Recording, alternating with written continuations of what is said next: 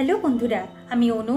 Update with অনু চ্যানেলে তোমাদের স্বাগত। আমি চলে এসেছি কথা সিরিয়ালের আপডেট নিয়ে। কথা সিরিয়ালে তো দেখা যাচ্ছে যে এভি কথাকে আগুনের হাত থেকে বাঁচায় আর বাইরে নিয়ে আসে, কিন্তু বাইরে নিয়ে এসে এভি সেন্সলেস হয়ে পড়ে যায়।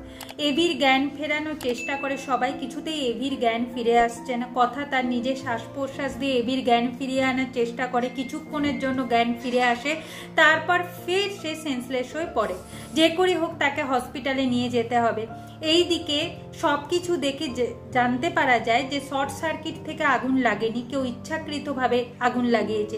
শশীভূষণ গুহ তো বুঝতেই পারছে না কে তাদের এত বড় শত্রু হতে পারে। অন্যদিকে দেখা যাচ্ছে প্রান্তিক এত চেষ্টা করেও এভি আর কথাকে মারতে পারছে না। সে ভাবছে যে আমি বাবার কাছে মুখ দেখাবো কিভাবে।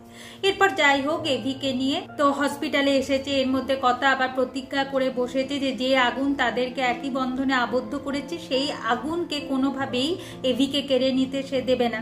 আইসিইউতে এভিকে ঢুকিয়ে দিয়েছে। এভিকে যে করি হোক এখন তাড়াতাড়ি ট্রিটমেন্ট স্টার্ট করতে হবে। ডক্টরও চলে এসেছে।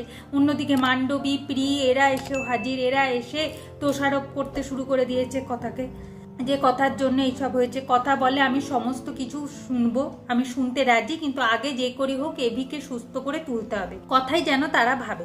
যখনই এভির ট্রিটমেন্ট স্টার্ট হয় কথা এভির কাছে চলে যায় আর আইসিইউর বাইরে থেকে দেখতে থাকে এভিকে। আর মা আনন্দির কাছে প্রার্থনা করে যাতে এভি খুব তাড়াতাড়ি সুস্থ হয়ে ওঠে। আগামী পর্বে দেখা যাচ্ছে যে ডক্টর বেরিয়ে এসে বলে কোনোভাবেই এভির সেন্স ফিরছে না। এভির সেন্স ফেরাটা খুব জরুরি, না হলে বিপদ আরোই বাড়তে থাকবে। এখন কথা কি করবে? তাহলে কি কথার প্রার্থনার জোরেই কি এভির সেন্স ফিরে আসবে?